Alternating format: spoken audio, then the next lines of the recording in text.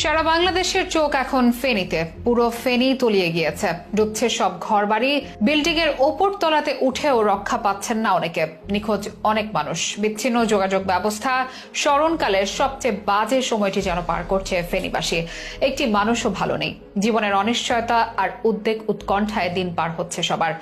রাষ্ট্র যদি সব শক্তি দিয়ে ঝাঁপিয়ে না পড়ে, অনেক প্রাণহানি ঘটতে পারে ফেনীতে। কারোর সাথে কারো যোগাযোগ নেই, এমনকি ভলান্টারিও অনেক অংশে ভেঙে পড়েছে। সবাই প্রাণ বাঁচাতে ব্যস্ত। কয়েকদিন আগেও কেউ ঘুণাক্ষরেও ভাবেনি এতটা খারাপ দিন নেমে আসতে পারে ফেনীতে। প্রশিক্ষিত আর সজ্জিত বাহিনী ছাড়া এই মুহূর্তে ওখানে খুব বেশি কিছু করাটাও মুশকিল।